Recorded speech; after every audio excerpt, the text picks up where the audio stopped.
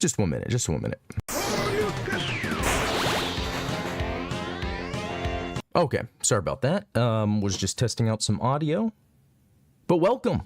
Welcome to Blue Gamer Bluecast Morning Show. I'm your host, Adam Blue, 30 plus year video game enthusiast. Yeah, it's October 9th, 2024.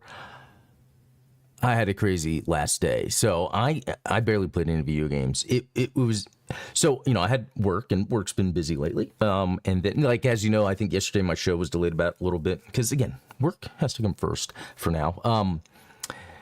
But then after work, I had an interview with the writer of the new Netflix series, Gundam Requiem for Vengeance. That is up on the Gundam Explained YouTube channel. Also, that is up on, actually, that's where you can find it. I think you can find it on my Twitter if you happen to follow that. I find it so annoying lately using all, like, I through this journey of live streaming and recording, I will find an app that works, and then I'll start using it. Then it starts breaking down and having issues. So then I have to move on to something else, and then that works fine, and then it starts breaking down and having issues. So yesterday when I did my interview, I was using the Streamlabs Talk Studio, which in the past 4 live shows Steven and I have done in Gundam Explained, it starts lagging the webcam randomly. And it happened with Gavin yesterday on the interview, and I'm like, why? Why is this going on? And then, you know, so I also use this, part of that service is the Streamlabs Ultra OBS, or OBS, Streamlabs, OBS Ultra, whatever, that I'm using, that I use for this also. I was doing the web version, I decided to use the desktop version. And it's just so weird because it asks you to set up the stream, and then when I go live, it's then asking for new details. And it's like, wait a minute, I already filled all this out. And I'm telling you, it's racking my brain. Yeah, because then to go even further, after that interview, I had to then prepare to go to the local city council of where I live because we had to petition something because we have this incident going on at the school across the street. And I didn't really want to be the guy that was speaking in front, but it was like, you know, the neighbors and my wife had put together all this data, and we got over like 30 signatures. And everyone's pretty much just like looking at me like who's going to present? And everyone looks at me, and I'm like, oh God, guys, really? Do I have to? And that was my day yesterday. Oh my gosh. Well, howdy, Chris. Good to see you. You just heard me rant a whole lot. I mean, really, everything's awesome. It's just, man, the exhaustion, the effort I have to put in. And then, you know, sometimes when people just don't listen to you, like you put the effort in, and then sometimes people just don't listen to you. It's like, what the heck? Anyway, we're going to move on. What did I play yesterday? I barely played any yesterday. Like I said, I had a really busy day, but I think I had a few minutes in the Dominus collection, playing some more Dawn of Sorrow, Julius mode again with Alucard and 3 characters total. It's amazing. And what I do, I think what I did yesterday was, I think right before the interview I had, I think I just start the game, chip away at the castle, you know, get exploring more of the castle, and then I just kind of find a save point and stop. That's what's fun about those games is, you know, even though there's save states with the modern versions, I do like the feeling of like going on a little journey, because then if I die, I have to start over from the last save point. So then when I hit a save point, I like feel good, like, oh, I just saved my game. Great. Okay. I guess let's move on to news. So, or some news bits I found, and oh my God, look at these ads. I'm not promoting Throne and Liberty right now. Okay. Dragon Ball Sparking Zero is already going Super Saiyan on the Steam chart. Sorry, I messed that up. I'm not much of a Dragon Ball guy, but I just think this is cool news. So, Dragon Ball Sparking Zero isn't even fully out yet, but it's already become one of the biggest fighting games to ever grace Steam. So one, I didn't realize it was a fighting game. I thought it was just an action game, but Let's see. I know that any new Dragon Ball game is going to generate a lot of excitement. I also know that fighting game fans will always flock to any newcomer in the genre, but I really didn't expect Dragon Ball Sparking Zero to come out the gates quite this hot. It's been just a few hours since its early access period began, and it's already become one of the biggest fighting games to ever land on Steam, according to concurrent player count data. It's been a long, old time since Dragon Ball's Budokai Tenkaichi fighting game sub-series got a new entry, but the wait is now finally over. Even though the full Dragon Ball Sparking Zero release date isn't until October 11th, excited players are already flooding to the game right at the start of its 3-day early access window. In its opening hours, Dragon Ball Sparking Zero has achieved a peak concurrent player count on Steam of just over 91,000 people. While that's an impressive number for any game, it's particularly mind-blowing for a fighting game. You'll often find the biggest audiences for those games over on the console side rather than PC, which is also an interesting metric here because even lately, when newer fighting games coming out, whether it's Tekken, Street Fighter, King of Fighters, etc., and we get more numbers of things, it's interesting to see that other genres, other games sell a lot, and fighting games doesn't seem to be as much, which is interesting. It almost seems like, fighting games aren't a big deal like they used to be. I think save for like some of the tournament games, some of the ones that are really big, like a certain Street Fighter or whatever. I mean, even Street Fighter 6 didn't sell like Capcom probably wants their major IPs to sell, and so that's why they did that major change for Street Fighter 6. I own it, and I've had trouble actually just really getting into it, just because there's so much in front of me before getting into combat. It's weird, strange way they went about the game. But even Tekken, although that seemed to be a little more popular, the latest Tekken. I like fighting games. I think a lot of it might have to do with maybe them coming out. Man, look at all these ads. I'm so sick of all this stuff. Maybe it's them coming out at full price, when a lot of times people aren't looking for necessarily what a modern $70 game would entail when they're wanting to just play a fighting game, right? So Street Fighter 6 has that whole mode where you're like outside and doing all this stuff, but for $20, I'd rather just have like a quick arcade mode, where I'm just going through the, like each character. Like when SVC Chaos came out this past summer, that was nuts. That was insane. So many people grabbed that. I mean, and it did well, but for its size, for it, and they still had to port it. So there was still a lot of work that had to be done.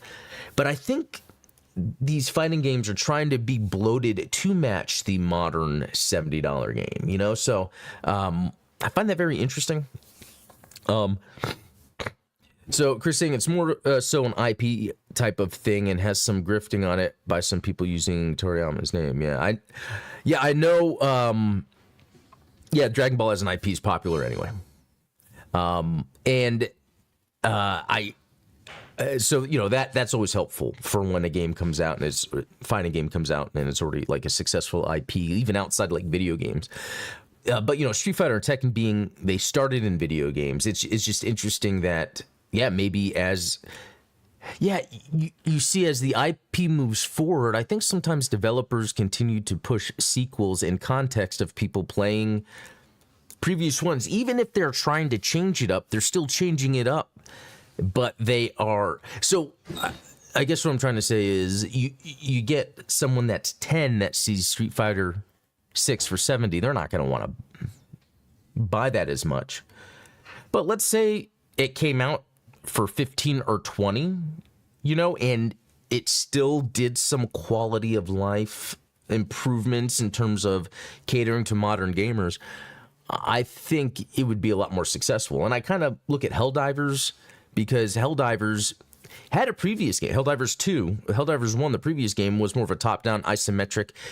That's more of the kind of the classic old school way people used to playing games. Nowadays, it's more of the, Fortnite third-person thing. So Helldivers 2 goes third-person, goes $40. It sells like crazy. So there's a mix of, I think IP's part of it. There's a mix of price point, really. I mean, because if you could play Fortnite for free, Roblox for free, Why would you even bother buying a game if you're, younger and you don't really have the money? I mean, because for me, thinking about that, it was more of, we would rent games. I was able to play so many games because on the weekend we can go rent something for $4 for the weekend. That was easy for my parents when it comes to providing some entertainment for the kids. Yeah, we could even rent a couple games because that really wasn't too much. So yeah, every weekend I'm renting video games. I'm playing all these different games where nowadays, other than what's available as a free-to-play game, there's not much else because those free-to-play games are limited in the way they are made to be free-to-play, and then microtransactions really if you want everything else. So when kids, teens are wanting to then buy something video game related, they're more wanting to buy DLC or add-ons or skins or whatever, rather than like save up for a whole new $70 game because they can't rent a game. I think it's very interesting how that has changed. It was interesting because even, I want to say maybe David Jaffe brought this up, that they should be able to bring back the renting. And I think that could happen. Looking in terms of once cloud viability is fully realized and it's very easy to stream. I've had many great experiences cloud streaming games, not having to download them. But what if I could pay $5 to have 48 hours access to a brand new game? And maybe 48 hours is too much because I was thinking weekend. Maybe just 24. Or no, actually 48.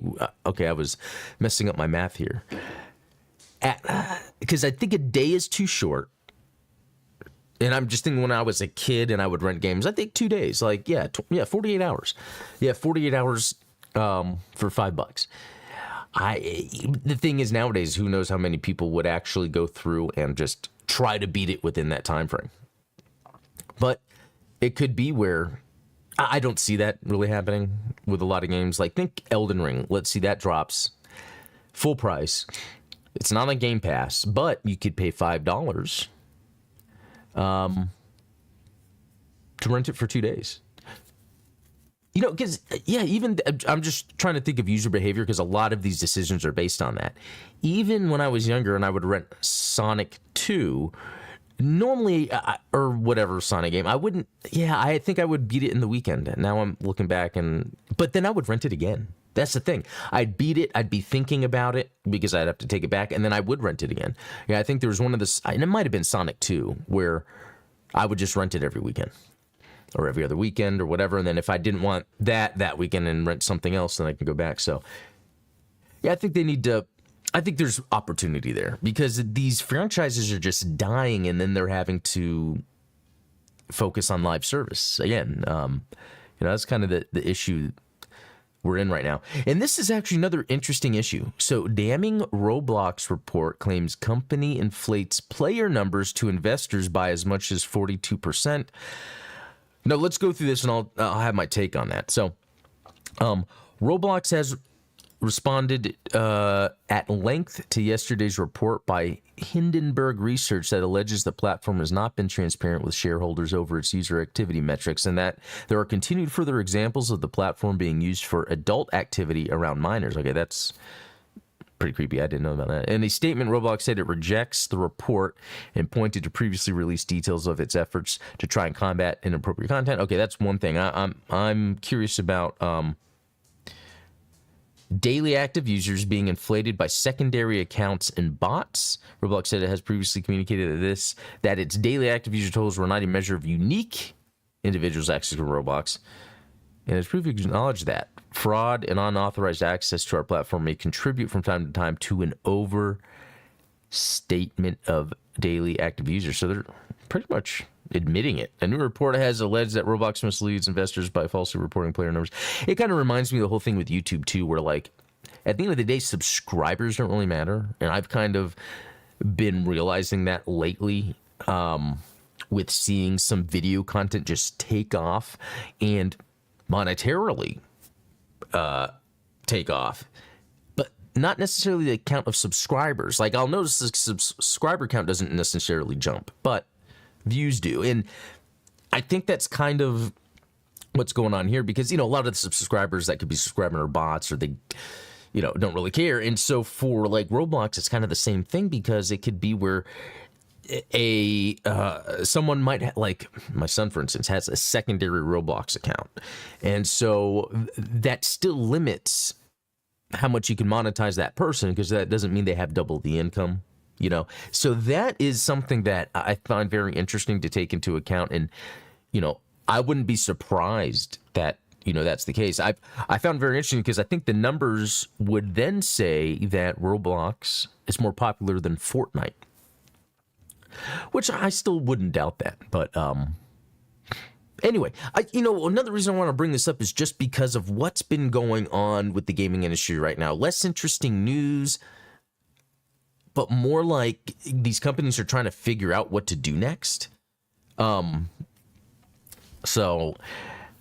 For instance, this Ubisoft confirms Tencent buyout discussions. The studio will continue executing its strategy to meet the needs and expectations of its stakeholders. This goes very deep, and I'm very confident in myself as a video game industry expert, but I will see others, Destin from IGN, Luke Stevens doing his live, where their commentary does not seem to connect, and really on the surface they're just saying Ubisoft's in trouble, they need to do something about it. It goes deeper than that. And Ubisoft, the Guillemot brothers, have been in control of Ubisoft for so long. They've used certain investors that take certain stakes into the company as, helpful for, cash. And there's a term for it where they can, use the money to, support their development, their games, marketing, etc. But then you have the stakeholders. And there has been a thing since, 2013 or so, which, again, this is something that I did not realize was a thing, but really there's a nuance to it, and that is that whole DEI discussion. Yeah, we're going back to that. So what's been happening is the stakeholders at Ubisoft have been kind of suggesting, I guess they have to, because they're and then Ubisoft has to listen of like, okay, we need to meet the demands of the current, social, whatever, the optics, all these companies are doing it. So it ends up coming to the point to where stakeholders are pressuring Ubisoft to make sure they are doing DEI hires for certain work. I think Ubisoft in general has done a good job of not allowing that to make their games suffer, because at the end of the day, their games are fun. But what we're actually seeing right now is the Guillemot brothers wanting Tencent to move in. Tencent doesn't do DEI hiring. And if you kind of look at the games they've been working and they've been making, I'm not saying they're the best company, but they don't approach game development the way kind of the Western games industry has for the past decade or more. Again, and I didn't really realize this was happening behind the scenes, because if you're trying to say, oh, yeah, we want to have more inclusion and stuff, like, that all makes sense. But what ends up happening is a lot of times will be a project. It's like, oh, look, let's hire, this person that is not well represented in that role. And at first it's like, oh, yeah, it's a good idea. But what happens is they're ended up hiring something that's actually not, experienced enough. Just the proof is, and I wish I knew the name of that canceled Disney movie. There was supposed to be a Disney cartoon coming out. Let me see if I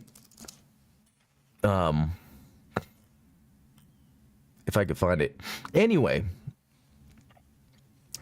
I'll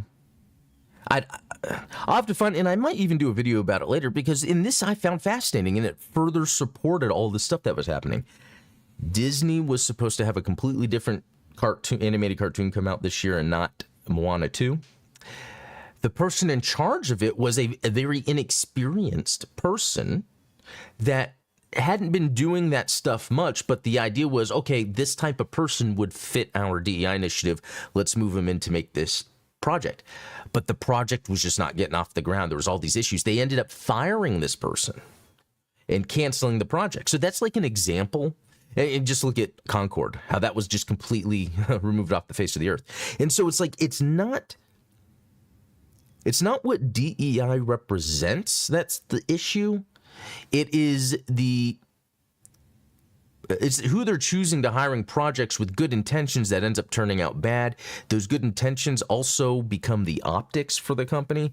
And anyway, I'm trying to say is Tencent doesn't do this. Ubisoft knows that's not what the gamers want. The Guillemot brothers, they're trying. They wouldn't want Tencent to buy them out before, but this is the only way they're going to be able to go back to making the games they want. No one's really bringing this up or talking about this. In fact, they're just crapping all over Ubisoft. And no. Remember, at the end of the day, there's a group of people with a lot of money that are telling these companies what to do. Okay?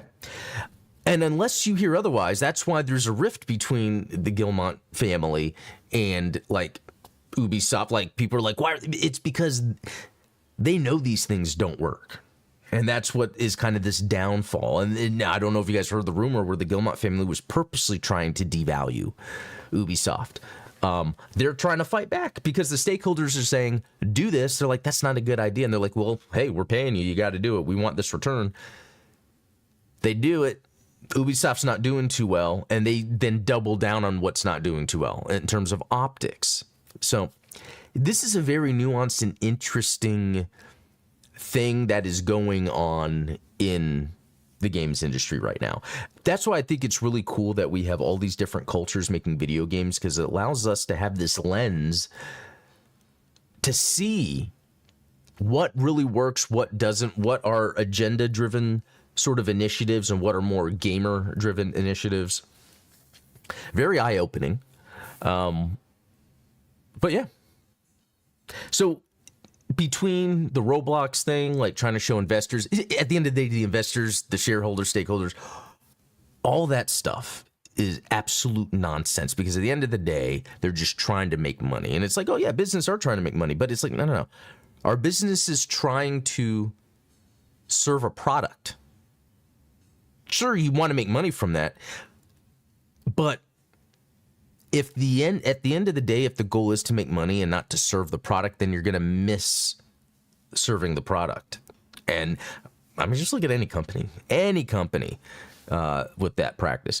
That's why I can always look at Valve and be like, you know what? I've had issues with Steam, but at the end of the day, it's better than most companies. They've been kept private. They've been doing their own thing. They're not trying to push it. They're just trying to they have like a really good review system. If you really want to dive into Steam game reviews and really read what people are saying, how many hours they've put into it, if that guy only had 30 minutes, okay, I'm going to skip that review. You know, Valve is an example of a company that can do those things well.